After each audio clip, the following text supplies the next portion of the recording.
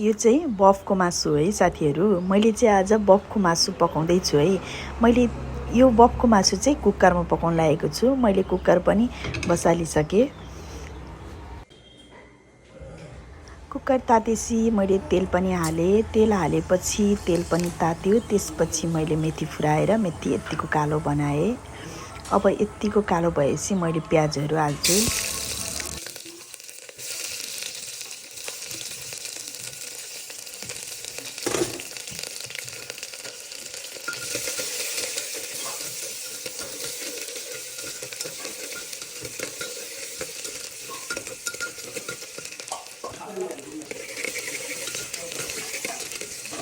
प्याजको कलर यत्तिको आएपछि मैले यो मासु चाहिँ त्यसमै मिसाइदिन्छु है साथीहरू।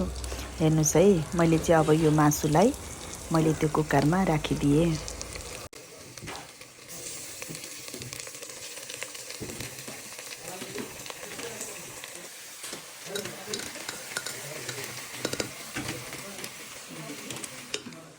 त्यसपछि मैले 2 मिनेटको लागि छोपेर पनि उगारिसकेँ। यो मासुको चाहिँ कलर यत्तिको भएको छ है साथीहरू। हेर्नुहोस् न, अझै भुट्नुपर्छ। भुटेको त अझै भएको छैन। यसबाट अझै पनि पानी निस्किन्छ। त्यही पानी अझै मैले 5 मिनेटको लागि अब छोपिदिन्छु है साथीहरू यो मासुलाई। 5 मिनेटसम्म मैले टमाटर नि रेडी गरिसकेको छु हैन। यसमा हाल्ने मसलाहरू पनि रेडी गरिसकेको छु।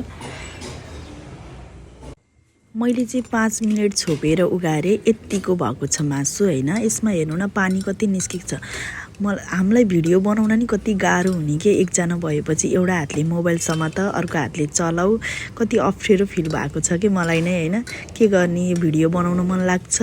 अनि मेरो एउटा नराम्रो बानी चाहिँ साथीहरू के छ भने, मलाई यसरी खाना पकाउँदै गर्दाखेरि मलाई चिया चाहिँ एकदम खानु मन लाग्छ कि। मेरो फेभरेट चिया नै हो हैन। मैले बिहानदेखि बेलुकासम्म 3-4 कप त चिया खाएकै हुन्छु। मलाई चाहिँ बरु थोरै चाहिन्छ चिया, बरु बाक्लो हुनुपर्छ हैन। हेर्नुहोस् न, चिया पनि रेडी हुन लागिसक्यो। अब यो 5 मिनेट छोपेर मैले उगारिदिएँ। हेर्नुहोस्, यसमा सबै पानी सुकिसकेको छ हैन। मैले यसमा अझै पनि नुन बेसार चाहिँ हालेको छैन। अब चाहिँ यसमा हाल्छु मैले नुन बेसार।